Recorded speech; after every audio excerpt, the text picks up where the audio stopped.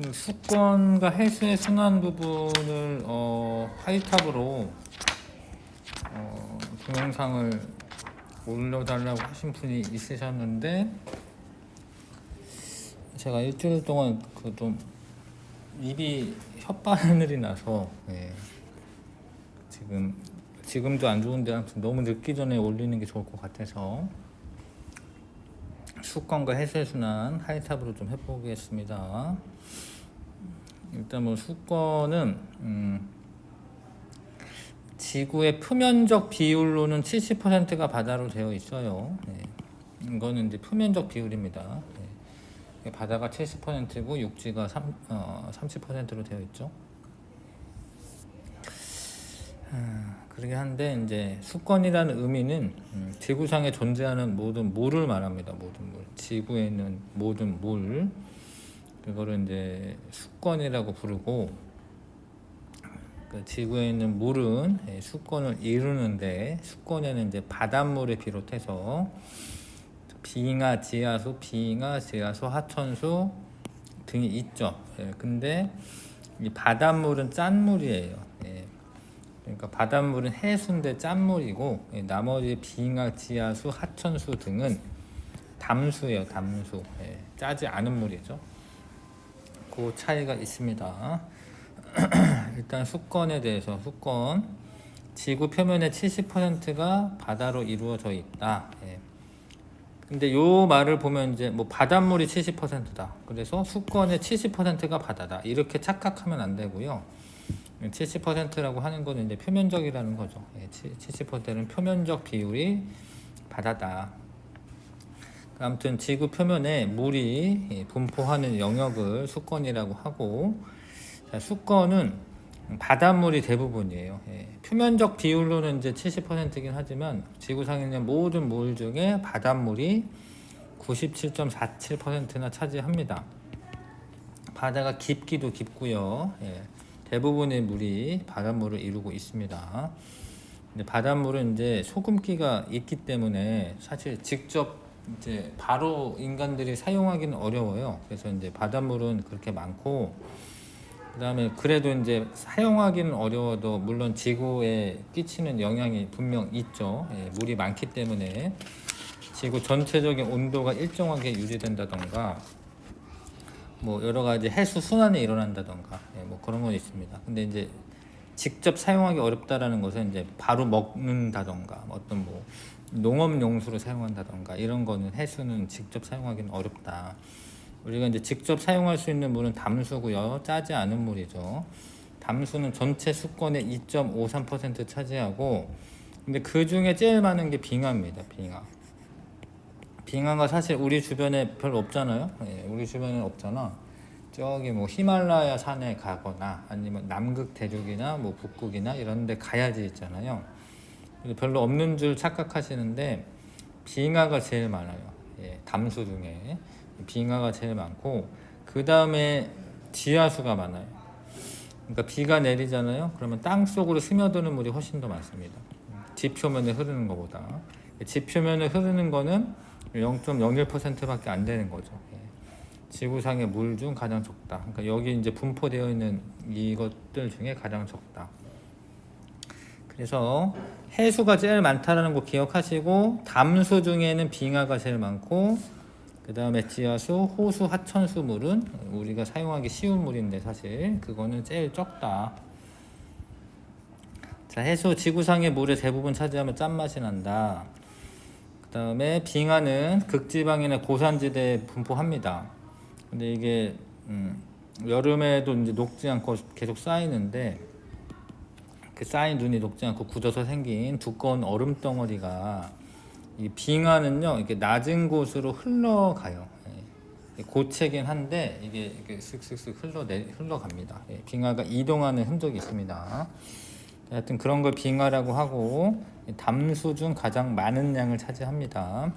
지하수는 지하의 지층이나 암석 사이에 빈틈을 채우고 있고, 거기를 이제 흐르는 물인데 담수 중 두 번째로 많다라는 거.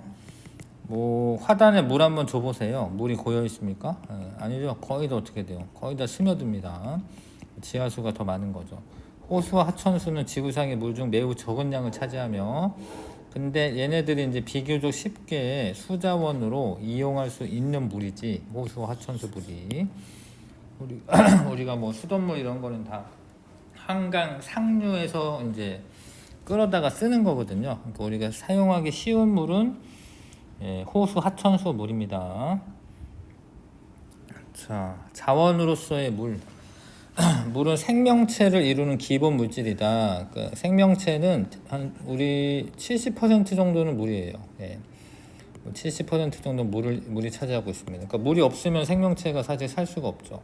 생명 유지에 필수적이고 일상생활에서 이용될 뿐만 아니라 농작물 재배하거나 공업제품 생산하는 데도 항상 물이 필요합니다. 뭐 반도체 같은 거 만드는데 깨끗한 물이 엄청 많이 필요해요. 그래서 반도체 공장 이런 거 지을 때는 되게 이제 물을 많이 공급받을 수 있는 곳에 세웁니다.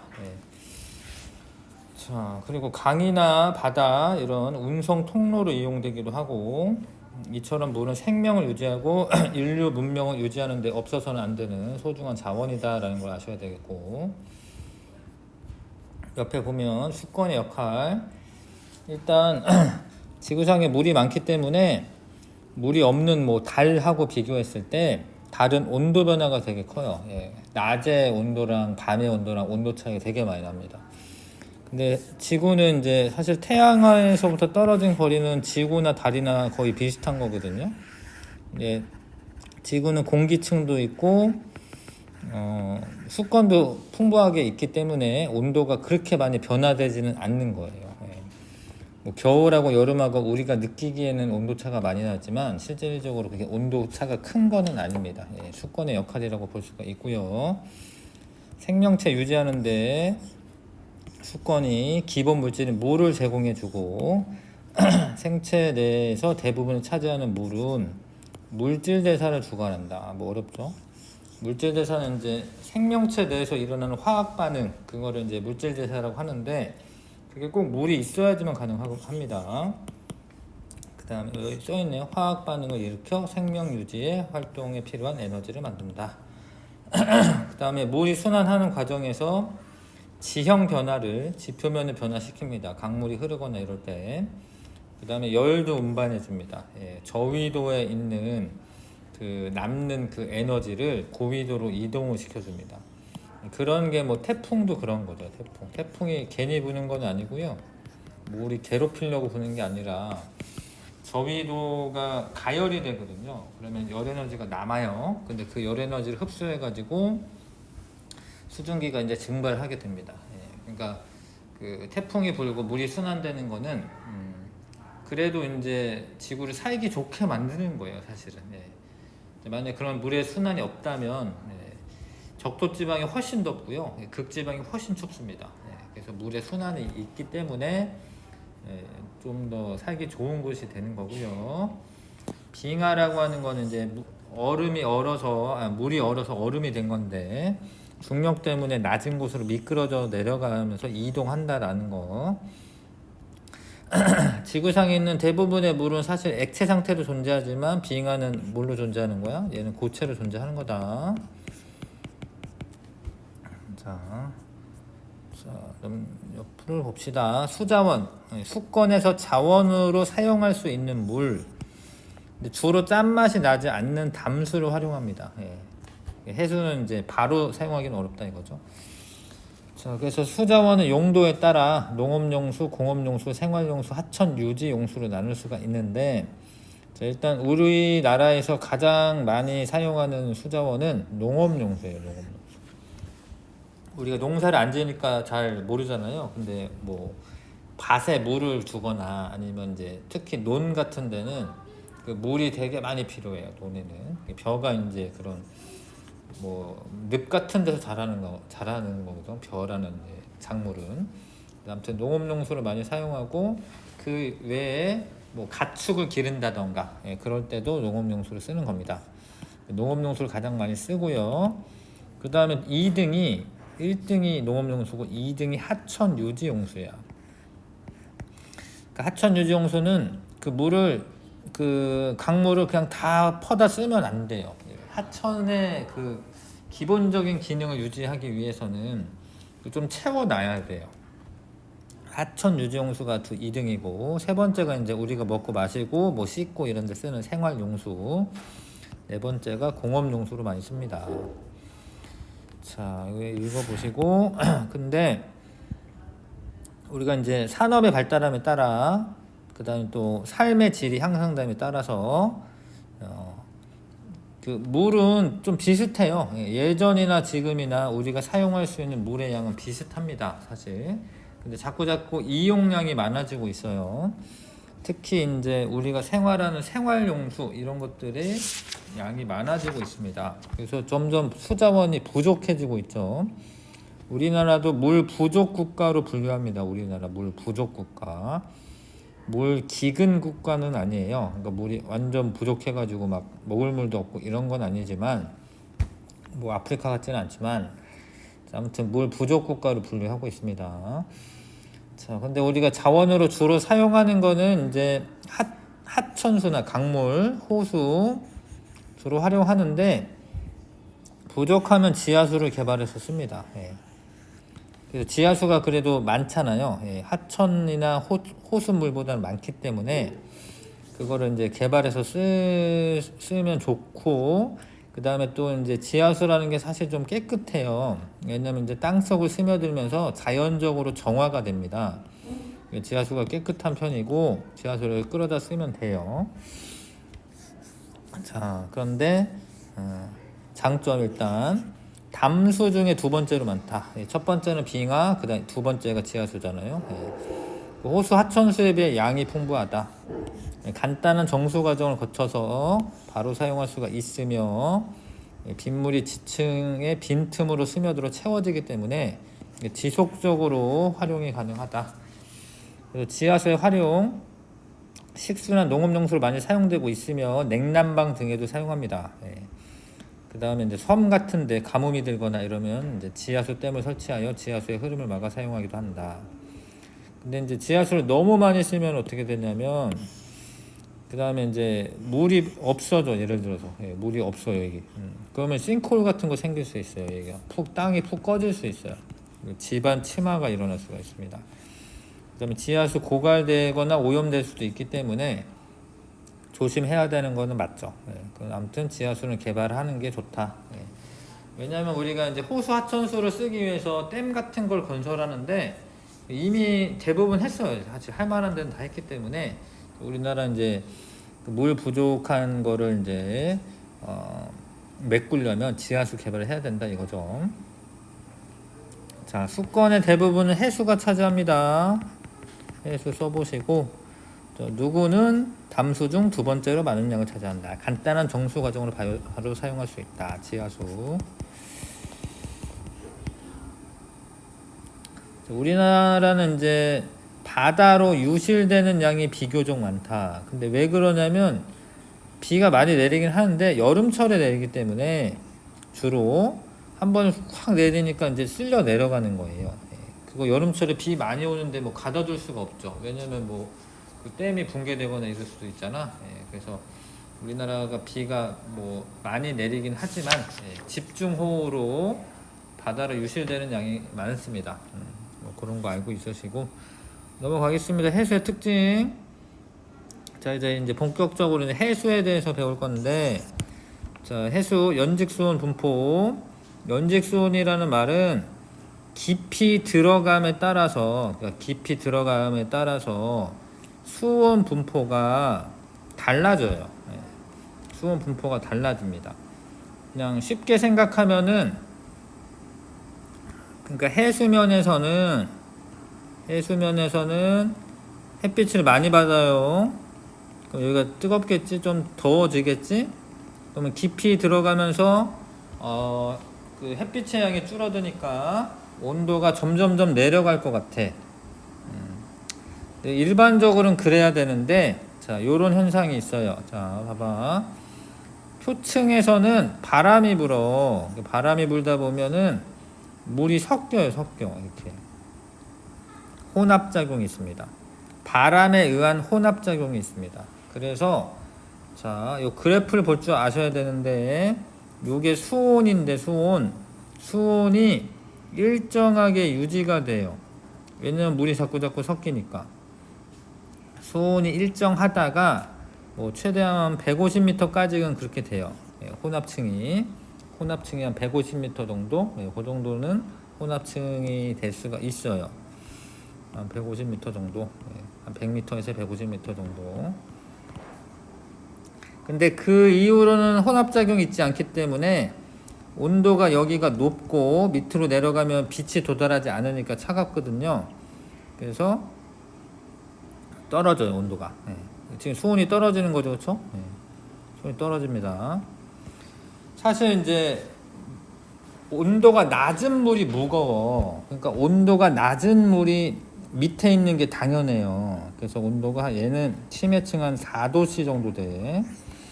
4도씨 정도 되는 물이 맨 밑에 있고 위에는 온도가 높은 거죠. 이런 분포를 이루는데 잘 봐. 온도가 낮은 애가 무거워. 무거운 애가 밑에 있어요. 무거운 애가 밑에 있어요. 가벼운 애가 위에 있어요. 그러면 이거는 이제 안정하게 그 상태를 유지를 합니다. 그러니까 무거운 게 밑에 있고 가벼운 게 위에 있으면 당연한 거잖아. 그래서 이 수온약층이라고 부르는 데는, 자, 일단 수온약층은 깊어질수록 수온이 급격하게 내려가는데, 그러면 무거운 해수가 아래쪽에 있죠. 아래쪽에 차고 무거운 해수가 있죠. 그게 당연한 거야. 그래서 이런 연직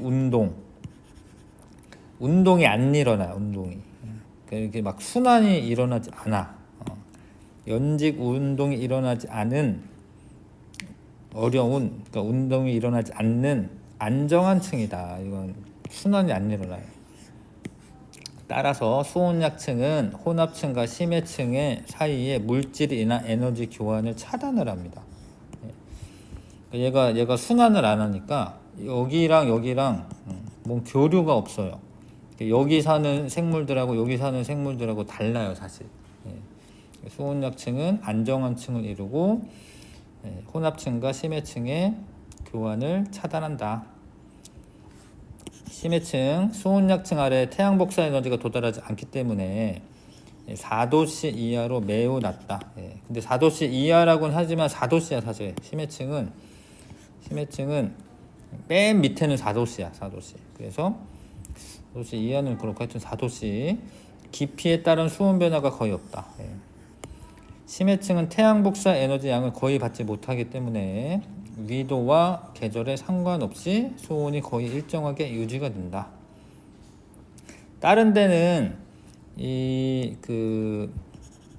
혼합층은 사실 여름에는 온도 올라가요. 표층 수온은. 왜냐면 여름에 햇빛을 쨍쨍 내리쬐니까. 겨울에는 온도가 떨어지고. 근데 심해층은 온도 변화가 없다.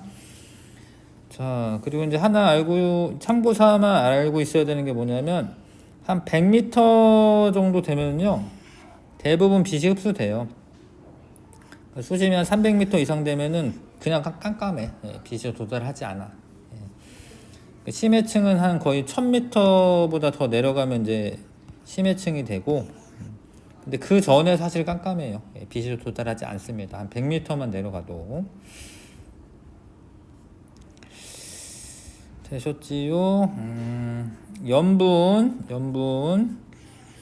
뭐 계산하는 게 항상 어려운데 염분에서도 뭔가 계산하는 게 있습니다. 계산하는 게 있어요. 그래서 이거 조금 어려운데 일단은 요거부터 하고 하자. 148쪽입니다. 148쪽 탐구. 자, 해수의 연직 수온 분포를 이제 실험으로 알아보려고 하는 거예요. 이렇게 좀 길다란 통에 깊이에 따라서 이제 온도계 구부를 따로 이제 깊이에 따라 설치를 했습니다. 그 다음에 햇빛을 비춰주듯이 백열등을 켜요. 그럼 어떻게 될까요? 뭐 처음에 이제 이런 식으로 되죠. 이제 나 그림처럼 깊어질수록 온도가 떨어지죠. 이렇게 이런 식으로. 근데 여기 이제 손선풍기로 바람을 부는 거야. 그러면 이제 이렇게 섞일 거 아니야? 그래서 온도가 비슷한 데가 나타나다가 수온 약층 나타나고 심해층 나타나는 거예요. 이해 가시죠? 가는 이제 아직은 켜지 않았을 때지. 가는 그러니까 요걸 켜지 않았을 때. 나는 이거지. 켜고 나서 표층 수온에서 온도가 높고요. 다는 선풍기로 바람을 일으켰을 때. 근데 사실 이 실험 결과만으로는 이 그래프를 그리기는 조금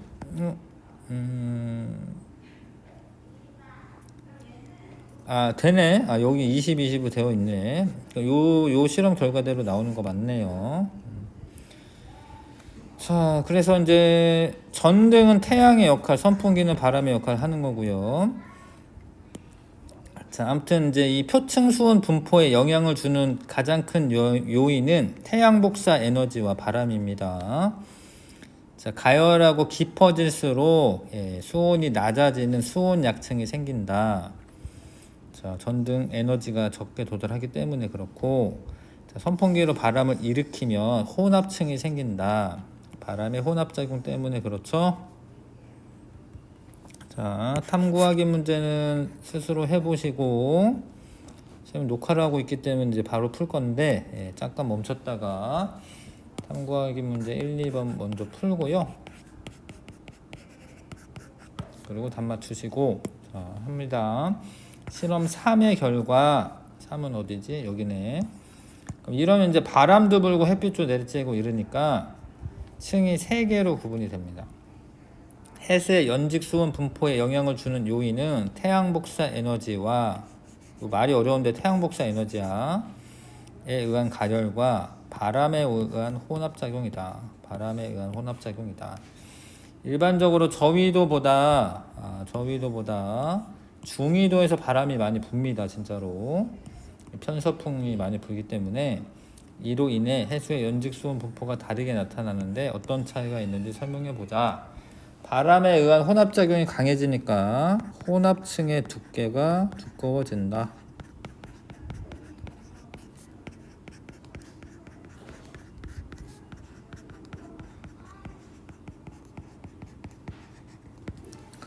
이렇게 하시면 되고요. 그쵸?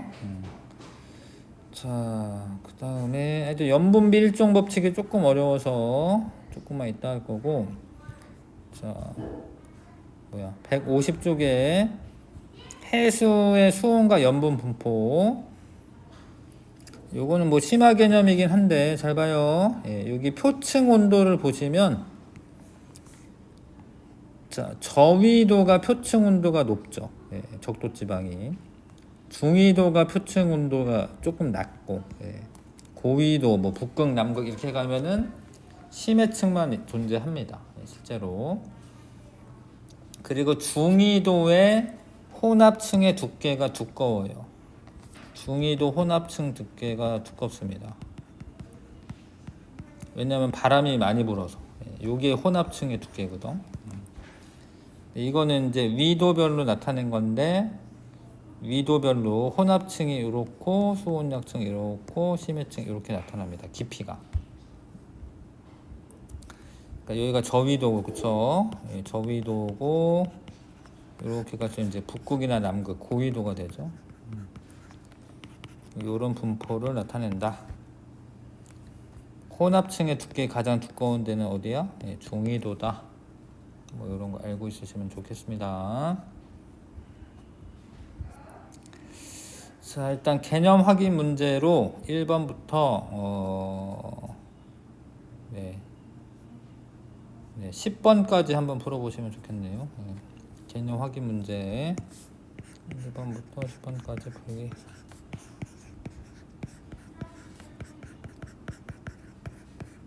자, 풀어보시고, 자, 선생님 해봅니다. 자, 같이 해봅니다. 수건을 구성하는 물의 분포를 나타낸 것이다. 자, 누가 제일 많은지 아셔야 돼요. 그쵸? 담수 중에 제일 많은 게 빙하. 그 다음에 2등이 지하수. 요거는 하천수, 강물, 하천수와 호수. 그 빙하, 지하수 순으로 쓰면 되죠. 1번이 답이고요. 그 다음에 자, 요게 제일 많은 게 해수 아시죠? 이게 빙하, 지하수, 하천수, 호수. A는 해수가 맞고 B는 주로 고위도나 고산지대에 분포한다. 빙하 그렇죠? 수자원으로 주로 사용하는 물은 C다. D를 주로 사용합니다. C는 사용할 수도 있어요. D의 대부분은 지표 위에 흐르는 물이다. 맞고 B에서 D는 대부분 소금기가 없는 담수이다. 맞죠? 답은 3번 골라주시고 지하수물은 뭐 활용할 수도 있는데 주로 사용하는 건 일단 호수, 하천수 물을 쓰는 거예요. 담수 중에서 두 번째로 많다. 지하수네. 지하수. 빗물이 지속적으로 채워진다. 지하수 3번. 자, 그 다음에 우리가 사용하는 것 중에 농업용수가 가장 많다. 농업용수가 가장 많습니다. 그래서 A는 경작지 면적의 넓어서 증가한다. 맞네. 경작지가 뭐 밭이나 논 이런 데인 줄 아시죠? 생활용수는 생활 수준이 향상될수록 증가합니다. 옛날에는 뭐 이렇게 수세식 화장실 이런 것도 별로 없었어요. 목욕도 뭐 일주일에 한 번 하고 요즘은 다 뭐 샤워 이런 거 막 거의 하루에 한 번씩 하잖아요. 그렇죠? 생활 수준 향상되고 있습니다. 그러면서 생활용수 사용량도 증가하고 있고 하천 유지 용수는 하천의 기능을 유지하는 데 필요한 물이다. 다 맞네. 이거 다 맞는 설명이고요. 5번. 우리나라가 물 부족 국가에 속합니다. 부족한 수자원을 확보하는 방법으로 옳은 것은 폐수 처리 시설 강화 이런 거 괜찮습니다. 그러니까 일단 강물이 오염되면 수자원이 쓸 수가 없잖아. 그러니까 오염이 안 되게 먼저 예방을 해야 되고 해수의 담수화 장치 설치 뭐 이런 것도 됩니다. 담수화 장치는 이제 그 짠 바닷물을 민물로 만드는 거죠. 식목 사업을 및 산림 면적 확대 뭐 이런 것도 돼요. 이런 거 됩니다. 식목 사업은 이제 나무 심기인데 이런 게 많으면 이제 물을 더 많이 머금고 있고 지하수도 더 확보가 많이 되기 때문에 이거 됩니다. 답은 5번 고르시면 되겠네요. 자, 해수의 표층, 해수의 수온 분포이다. 뭔 소리냐면 이건 표층이야, 표층. 그러니까 이게 제일 적도가 제일 덥고 극지방으로 갈수록 추워진다, 온도가 낮아진다 이 소리죠. 표층 수온에 가장 큰 영향을 주는 요인은 태양 복사 에너지죠.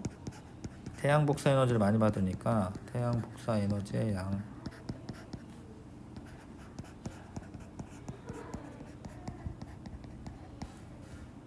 되죠? 그 다음에 7번. 자, 2분 동안 전등을 켜고 그 후에 휴대용 선풍기로 바람을 일으킨 거야. 그 다음에 수온 변화 측정했네요. 그러면 이거는 혼합층, 수온약층, 심해층 다 측정될 수 있을 것 같고 옳지 않은 거. 전등은 태양, 선풍기는 바람의 역할을 하는 거고요. 전등의 세기가 셀수록 수면의 수온 높아지는 거고 바람을 일으키면 수온이 일정한 층, 혼합층이죠. 혼합층이 나타나는 거고 더 강하게 하면 표층의 수온이 일정한 층이 없어진다. 없어지는 게 아니라 이게 더 두꺼워지는 거죠. 일정한 층이 두꺼워지는 거죠. 바닥 근처의 깊은 곳에서는 수온 변화가 거의 나타나지 않는다. 심해층이기 때문에 맞습니다. 자, A는 혼합층. 요거는 한 250m, 한 300m까지 표시가 된 거네. B는 수온약층. 이건 심해층.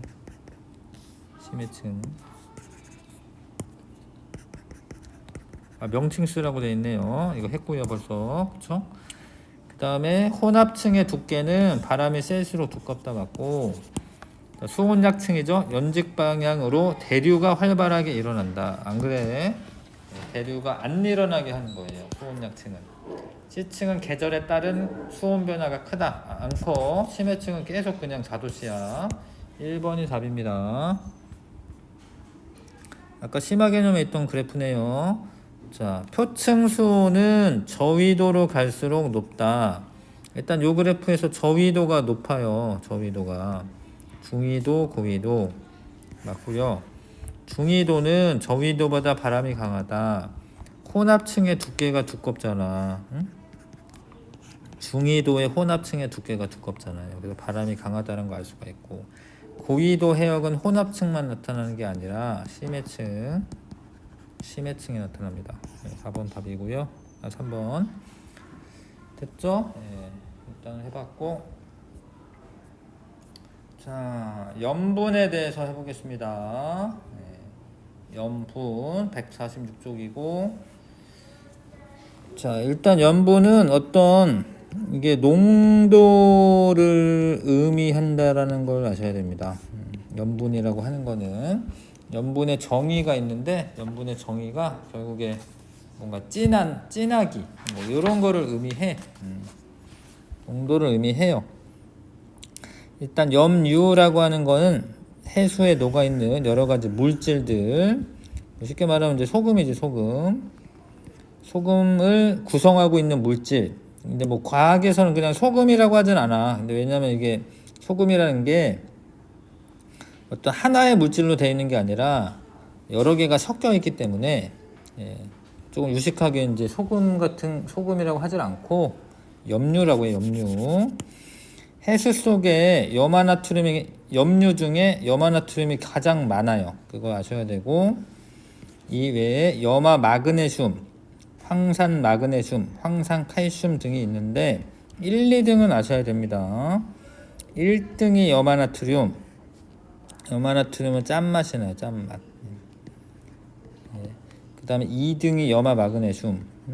이게 쓴맛이 납니다. 쓴맛.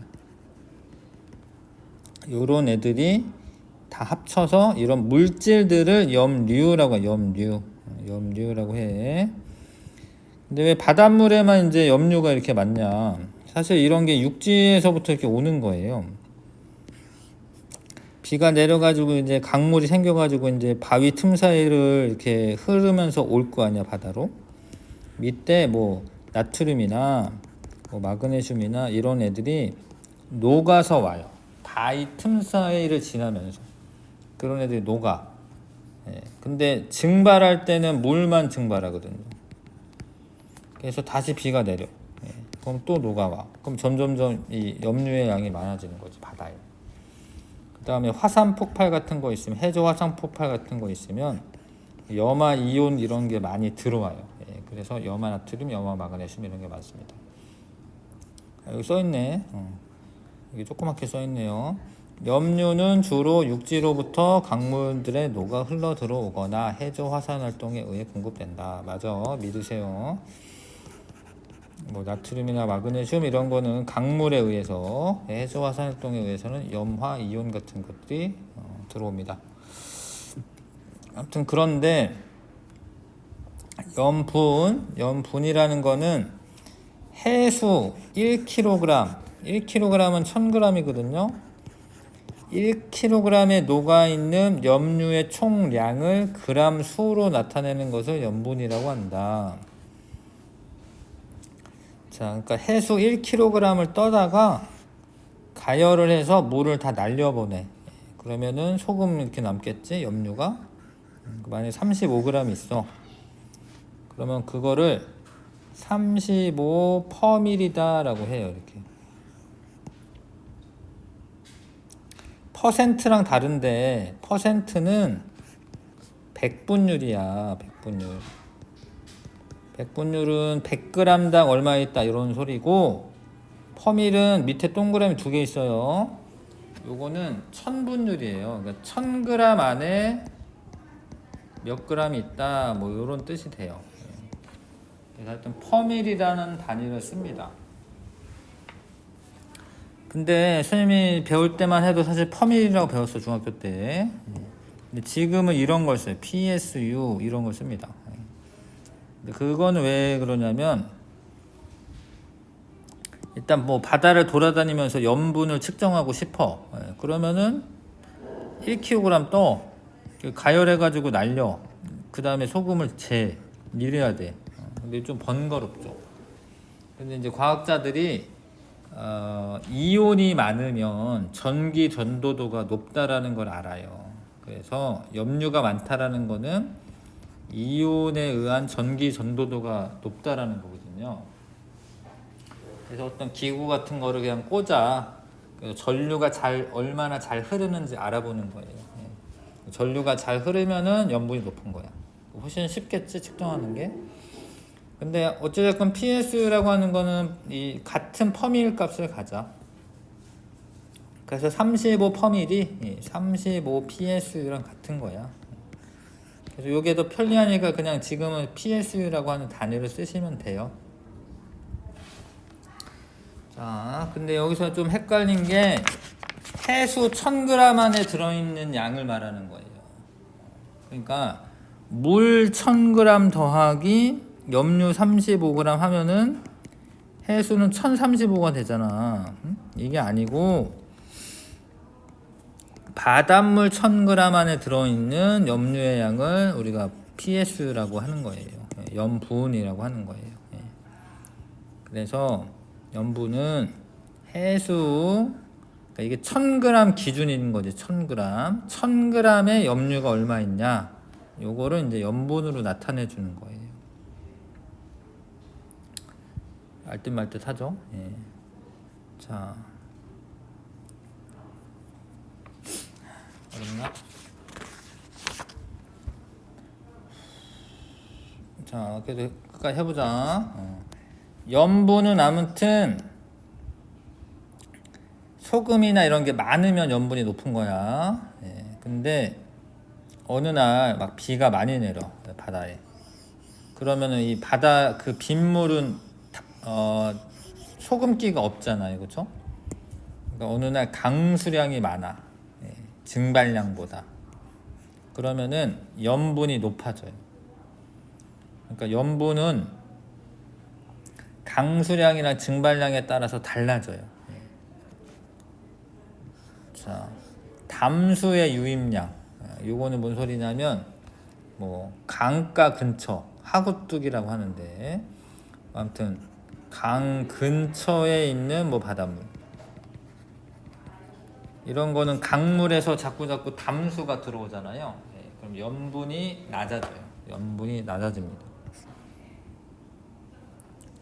해수의 결빙. 해수가 얼 때 물들끼리 얼어요. 그러니까 소금물이 있는데 바닷물이 있는데 물들끼리 자기네들끼리 뭉쳐가지고 얼어요. 그래서 그 빙하 바닷물이 얼어서 생긴 빙하가 짠맛이 나는 게 아니에요. 자기네들끼리 물들끼리 얼기 때문에 짠맛이 나지 않습니다. 결과적으로 결빙이 된다라는 거는 물을 자꾸 뺏어가는 거기 때문에 남아있는 바닷물은 진해지죠. 염분이 높아져요. 해빙이 일어나면 염분이 낮아져요. 빙하가 녹는 거니까. 다시 잘 봐. 증발량이 많아. 그러면은 소금기는 증발이 안 되거든. 그러니까 증발량이 많으면 점점 진해져서 염분이 높아지는 거고, 맞죠? 강수량이 많아. 그럼 비가 많이 내리니까 염분이 어떻게 돼? 낮아지죠. 근데 자, 이거는 빼기입니다. 이거 빼기. 요거 짝뜨기가 아니라 빼기요, 빼기. 증발량 빼기가 이건가? 강수량 값이 클수록, 그러니까 이게 크다라는 거는 증발량이 많다라는 거죠.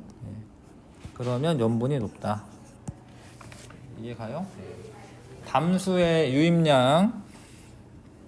강물이 흘러드는 해양의 주변부는 중앙부보다 염분이 낮다. 뭔 소리냐면 이제 뭐 이렇게 육지가 이렇게 있을 거 아니야.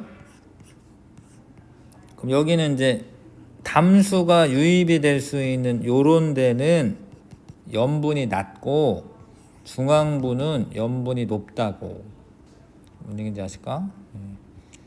자, 해빙, 빙하가 녹으면 염분이 낮다. 빙하는 원래 담수니까 바닷물이 얼면은 그때 얼 때는 물들끼리 어는 거예요. 염류가 끼어 들어가는 게 아닙니다. 그때는 염분이 높아진다. 자, 우리나라에 여름에 비가 많이 내려요. 그럼 여름에 염분이 어떻게 돼? 낮지. 왜냐면 비가 비가 많이 내렸으니까 그 묽어지니까. 그다음에 육지로부터 공급되는 강물의 유입이 많은 황해가, 이건 또 뭔 소리냐면 우리나라가 있는데 뭐 이렇게 황해 쪽으로 강물이 큰 강물이 많아요. 그 여기가 염분이 낮아요. 황해가 동해보다 염분이 낮다.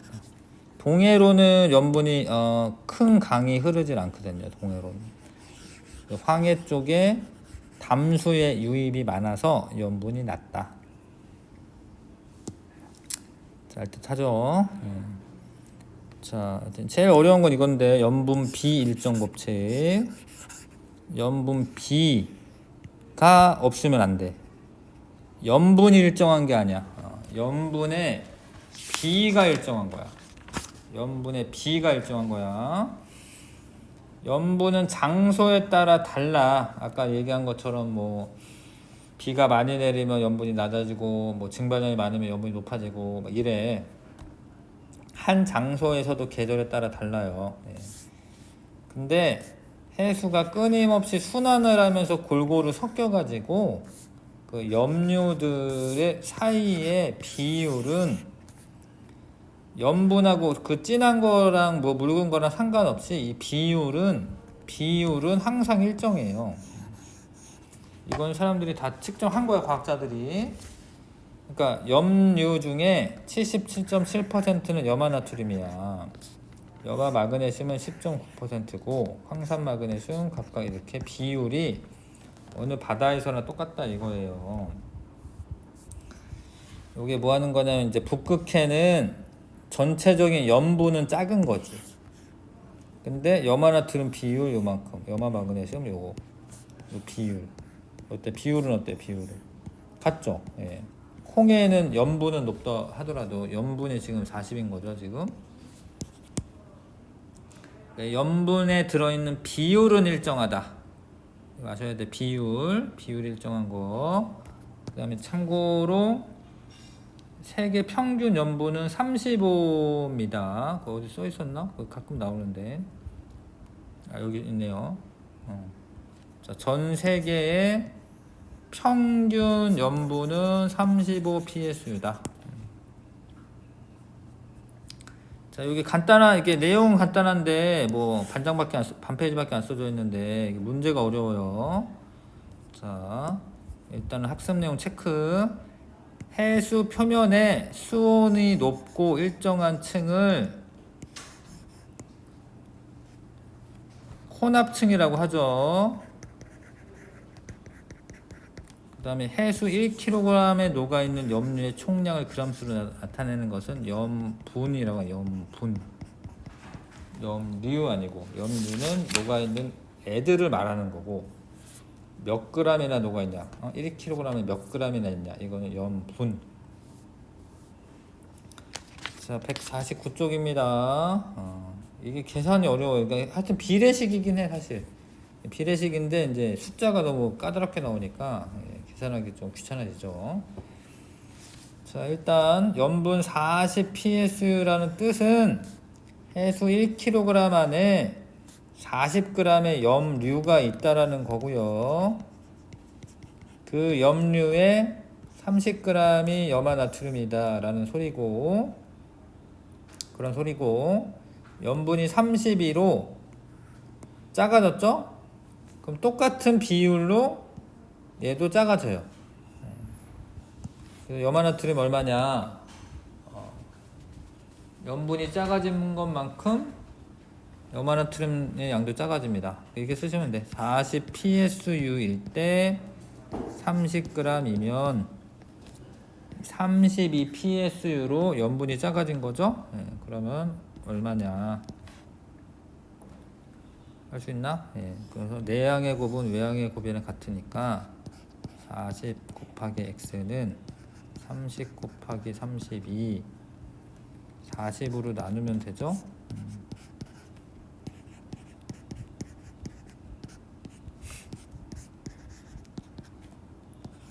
24g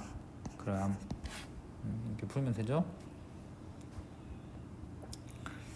자, 자, 2번 두 바다의 염류비라고 해도 되고 염분비라고 해도 되고 염류의 양을 구하자. 가와 나에 들어갈 값을 구하시오.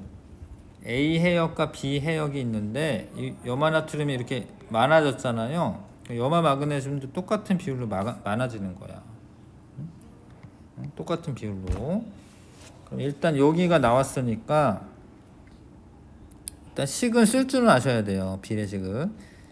A 해역에서 32.3g의 염화나트륨이 있고 염화 마그네슘은 3.3이야. 그러면 이제 이거를 이제 순서를 조금 틀린데 밑에 풀이랑 아무튼 원래 얘네들의 비율이랑 얘네들의 비율이 어때야 돼? 같아야 돼요. 이렇게 하시고 이렇게 곱하고 식이 좀 달라 보여도 똑같아. 문제 푸는 거는 23.3 3.3 곱하기 31.1 가를 구해야 되잖아요. 가는 23.3분의 3.3 곱하기 31.1 이거를 열심히 해야 돼. 얘를 소수 둘째 자리에서 반올림하라 이렇게 써 있습니다. 이거를 하기가 싫죠. 근데 해야 돼요. 열심히 하셔서 4.4가 나오는가 확인하셔야 됩니다. 네. 자, 두 번째 이제 나를 구하는 것도 식은 똑같아요. 23.3 있을 때 나만큼 있어. A에서는. B에서는 31.1 있을 때 1.9만큼 있습니다. 나는 비례식 풀면 어떻게 돼요? 31.1분의 23.3 곱하기 1.9 하면 되죠? 그쵸? 열심히 해가지고 1.4 나오는지 확인하셔야 됩니다. 네. 자, 연습 문제 1번부터 4번은 한번 스스로 해보시고 나는 지금 풀겠지만 문제 푼 다음에 영상을 봤으면 좋겠습니다. 자, 동해와 북극해 해수 1kg에 녹아있는 염류의 질량을 나타낸 것이다. 자, 여기는 뭐 이렇게 비율이 있잖아, 그치? 그래서 x를 구하려면 33 있을 때 x는 30일 때 23.3 있는 거랑 비율이 같다. 아시겠죠? 얘가 요거보다는 어떻게 해야 돼? 약간 많아야 돼. 23.3보다 약간 많아야 돼. 실제로 계산하시면 x는 30분의 33 곱하기 23.3 하여튼 열심히 해서 소수 둘째 자리에서 반올림 하셔야 되고 25.6g 열심히 해야 됩니다. 염분이 36 PSU인데 해수 200g에 들어있는 염화나트륨의 양이 5.4다.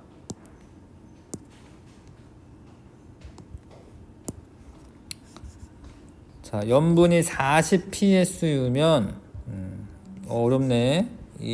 그 달라졌어요. 400g이 되면은 염화나트륨의 양은 얼마냐? 자, 일단 36 PSU인에서 200g에 5.4잖아요. 그럼 얘가 400g이면은 염화나트륨이 2배가 되니까 10.8g 있겠지? 이거 이해 가시나? 해수 200g에 5.4g 있으니까 400g이면 10.8g 있을 거 아닙니까? 그렇죠? 왜냐면 여기도 400g으로 물어봤으니까 기준을 우리가 400g으로 맞추는 거예요. 자, 그래서 자, 36 PSU일 때 10.8g이 들어있으면 똑같이 400g을 하는 거죠. 40 PSU일 때는 몇 g이 들어있냐 이렇게 하는 거죠. x는 36분의 40 곱하기 10.8 자, 요거 하시고 요거는 그래도 뚝 떨어지는 값이네. 그쵸? 뚝 떨어집니다. 4로 나누시면 10이고 4로 나누면 이제 9고요. 나누면 1.2네. 10이네. 12g. 자, 그래도 내가 계산했을 때 비슷하게 나와야 되잖아. 그러니까 36 PSU일 때 10.8이니까 40 PSU이면 12g 정도 나온다. 맞는 것 같아, 그렇죠? 답 12g 맞고요. 그 다음에 1kg에 녹아있는 염료량을 나타낸 것인데 비해역의 해수 2kg에 녹아있는 염화 마그네슘 양을 구하라. 그러니까 지금 2kg이죠. 일단 1kg으로 계산해서 2배 하면 될 것 같아, 그렇죠? 계산하는 건 아까 한 것처럼 25.6 대 3.6은 A 해역에서 B 해역은 31.3 대 X, 비율이 일정해야 되니까 X는 25.6분의 3.6 곱하기 31.3인데 여기서 끝나면 안 되고, 자, 근데 이건 1kg 기준으로 했기 때문에 여기에다 곱하기 2를 해주셔야지 답이 됩니다. 자, 그래서 쉽게 계산이 안 될 것 같아요, 그렇죠? 소수 둘째 자에서 반올림 해야 되고, 아무튼 답은 약 8.8g 나옵니다. 왜 이렇게 많나 싶은데 왜 그런 거예요? 2배가 되니까 그런 거죠. 왜냐면 해수가 2kg이니까 그런 거죠. 1kg이면 여기가 4.4가 나오겠네. 1kg이면 4.4가 나올 거고 2kg이 되니까 이제 8.8g 되는 거죠. 자, 4번 해수 1kg에 녹아있는 염료의 양을 나타낸 것이다. 자, A에서 C에 들어갈 값을 각각 구하시오. 자, 일단은 뭐 요렇게 봐야겠네요. 이렇게.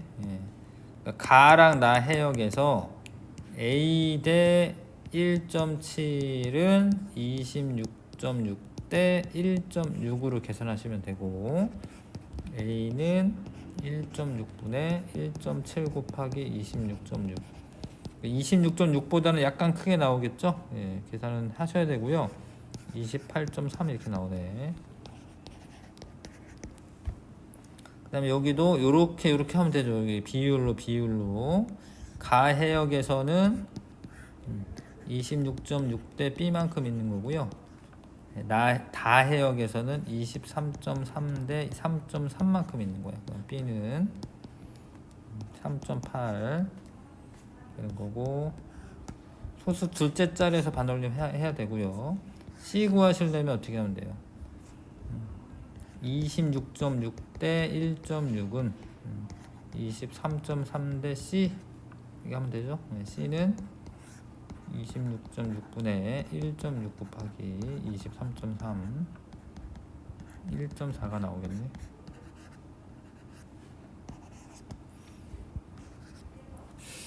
좀 시간을 가지고 빈 종이에 좀 천천히 풀어보시면 좋겠습니다. 자, 넘어가겠습니다.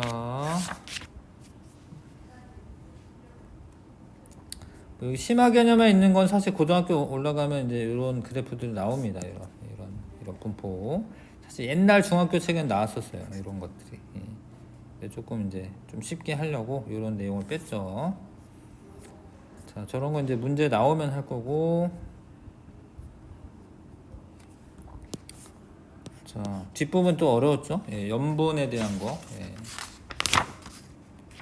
문제가 일단 17번까지 푸셔야겠네요. 11번부터 17번까지 한번 풀어보시고, 자, 선생님은 이제 같이 해보겠습니다. 염분은 주로 PSU라는 단위를 사용하는 게 맞고요. 해수 1kg에 녹아있는 염료의 총 그람수이다. 이거 정의야, 염분의 정의. 염료 중 가장 많은 성분은 염화나트륨이다. 맞고, 염분은 시간과 장소에 관계없이 일정하다. 아닙니다. 만약에 염분 B 뭐 이러면 일정한 건데, 염분은 뭐 비가 많이 내리거나 뭐 증발이 많이 되거나 이런 거에 따라 달라지죠. 자, 염료는 대부분 해저 화산 폭발이나 육지의 물질이 강물 등에 녹아 바다에 공급된다. 맞아. 전 세계 표층 염분은 한 35 psu인데요. 근데 이제 높아지려면 어떻게 되냐? 결빙이 일어나면 높아지죠. 그러니까 물들이 이제 빠져나가니까 바닷물에서 강수량에 비해 증발량이 많으면 맞죠? 왜냐면 이제 비가 적게 내리고 증발이 많이 돼. 그러면은 그 진해질 거 아니야, 맞죠? 자, 육지로부터 하천수가 많이 유입된다. 그러면은 민물이 많이 들어오니까 염분이 높아지는 건 아닙니다. 자, 표 보면서 이제 그래프 보면서 알아내는 건데 차근차근 따지시면 되고 강수량이 많고 증발량이 적어. 그럼 비가 많이 내리고 증발 적게 돼. 그럼 염분이 낮죠. 강수량은 적은데 증발은 많이 돼. 그래서 이거는 염분이 높죠. 더 진해지니까. 가장 높은 거 A, 가장 낮은 거는 D네요. A, D. 2번 답이고요. 자, 우리나라 주변인데 여름철 평균 염분 분포입니다. 전체적으로 보면은 황해 쪽에 염분이 낮아요. 담수의 유입이 많아서. 여기는 30이고 여기는 33이네. 그리고 뭐 이건 이제 큰 바다로 나가면 염분이 높아요. 왜냐면 여기서는 어찌됐건 담수 유입이 생기니까. 자, 그래서 동해보다 황해의 염분이 낮다. 맞고, 동해는 황해보다 하천수 유입이 많다. 황해가 많은 거죠. 전 세계 해양 평균 염분보다 높다. 낮죠. 왜냐면 육지 근처니까 우리나라 근처는 전 세계 평균은 35야. 35 psu. 그거보다는 낮다. 1번 답이고요. 자, 1kg으로 했죠. 옳지 않은 거. 두 해역 중 염분이 높은 것은 홍해다. 홍해가 염분이 높죠. 전체적으로. 그렇죠? 염분이 높으면 염화나트륨의 양도 많다. 맞고. 두 해역의 해수에 녹아있는 염류 종류는 같고. 두 해역의 해수 1kg에 녹아있는 염류의 총량 같다. 안 같잖아. 보면 알잖아. 안 같잖아. 그렇죠? 4번. 해수에 녹아있는 염류 중 한 성분의 양을 알면 전체 염분을 알 수가 있다. 염류의 양을 알 수 있다. 알 수 있어요. 비율이 일정하기 때문에. 비율로 계산할 수 있습니다. 자, 서로 다른 해역 A와 B에서 해수 1kg에 녹아있는 염류를 그람수로 나타낸 것이다. 요걸로 하세요. 요건 숫자가 좀 작아가지고 조금 오차가 생길 수도 있기 때문에 자, 일단은 16번부터 해야겠네요. A 해수의 염분은 얼마냐? 염분은 염류의 총합. 다 더해. 다 더하면은 염분이 나옵니다. 다 더하시면 되고 35 psu네요. 그 다음에 이제 가를 알고 싶으면 물론 사실 이것도 뭐 맞기는 해야 되는데 숫자가 좀 작아 이거는. 그래서 되도록이면 이걸로 하시는 게 좋아. 27.2 대 3.8은 24.5 대 가. 요 염분의 비가 일정하다. 가는 27.2분의 3.8 곱하기 24.5. 3.8보다는 약간 작게 나오겠죠? 또 계산을 하셔야 되고요. 3.4 계산을 하셔야 됩니다. 네. 자, 실력 강화 문제 마저 풀겠습니다. 지하수가 생성되는 경로이다. 비가 내려서 이렇게 뭐 땅속 스며드는 거죠.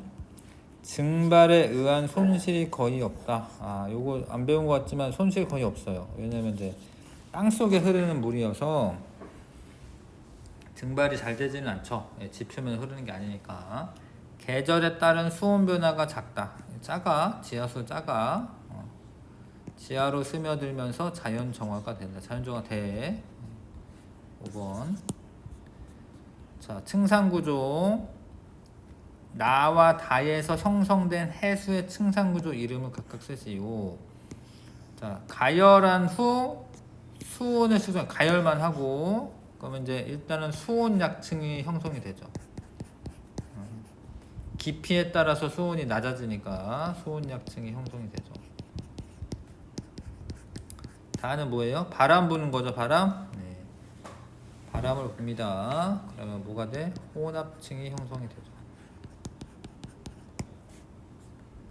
자, 3번에 위도 30도 해역에서 적도 해역보다 바람이 강하다. 뭘 보고 알아요? 네. 혼합층의 두께가 크잖아. 바람이 강하다라는 걸 알 수 있고. 수심 300m에서 가장 안정한 해역은 중위도이다.